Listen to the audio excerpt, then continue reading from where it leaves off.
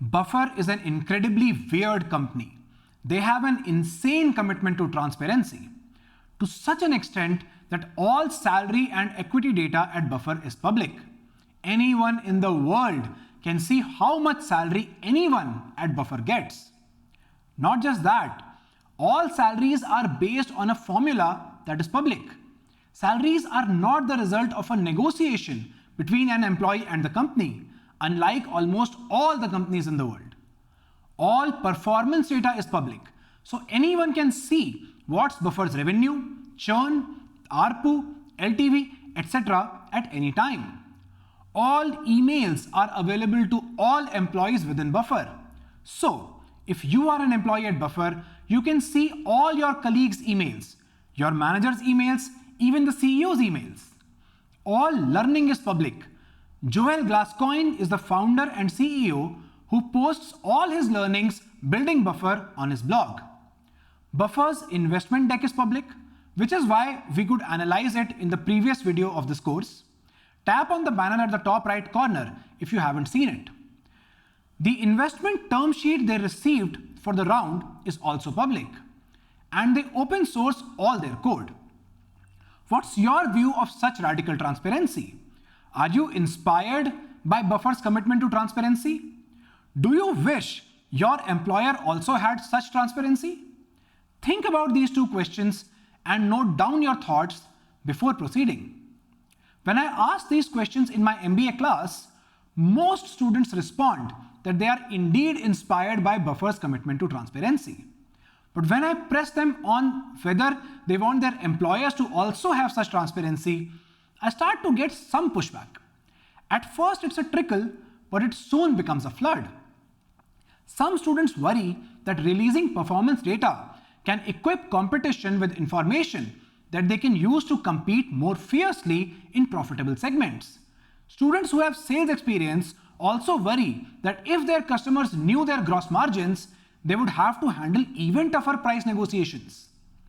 Others worry that releasing salary and equity data can cause conflicts within their teams and damage their relationships with their colleagues. Because people have immense capacity for jealousy, and because an employee's performance at work is inherently subjective.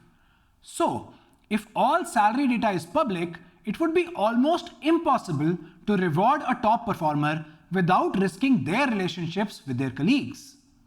I agree with this position.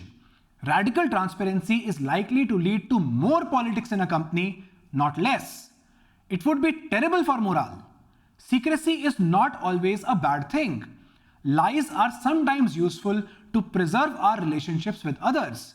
A lot of human social behavior is based on secrecy and small white lies. If all our thoughts were public all the time, our social fabric may itself collapse. So, if you now agree that such radical transparency will not be good at your workplace, why is Buffer doing this? If radical transparency is likely to be bad for morale, bad for team cohesion, then why is Buffer doing this? Why is Buffer such a weird company?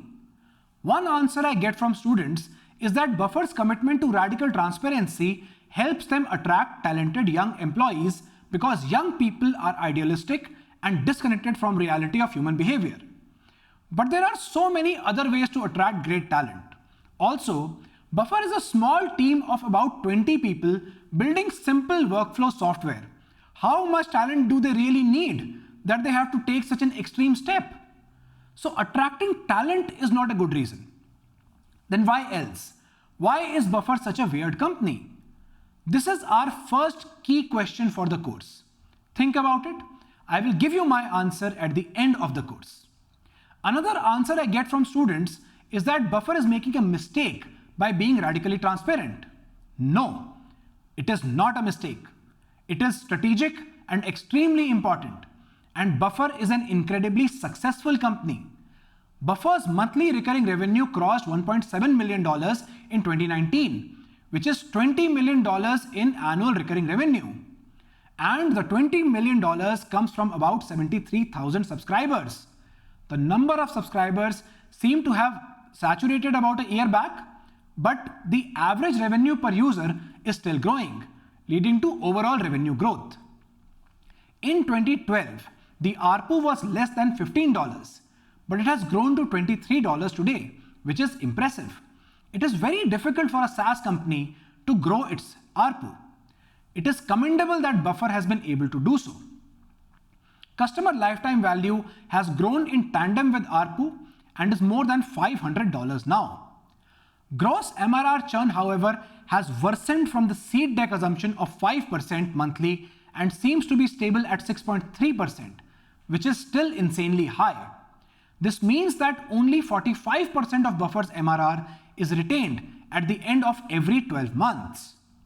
Net MRR churn after accounting for account expansion is a bit better at 3.6% monthly. Churn is a big problem for Buffer even now. Alright, this concludes our discussion of Buffer.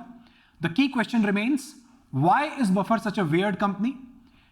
Keep it at the back of your mind while we move on to the next video to analyze the pitch decks of Front like a VC. Hey there, I'm KJ Saxena, founder of Relentless VC. The video you just watched is part of the Venture Capital and Entrepreneurship Specialization, which is available absolutely for free on relentless.ventures. Go check it out. If you're a tech startup founder and want to raise money from us, you should apply on our website. Lastly, if you like this video, do subscribe and share it with your friends.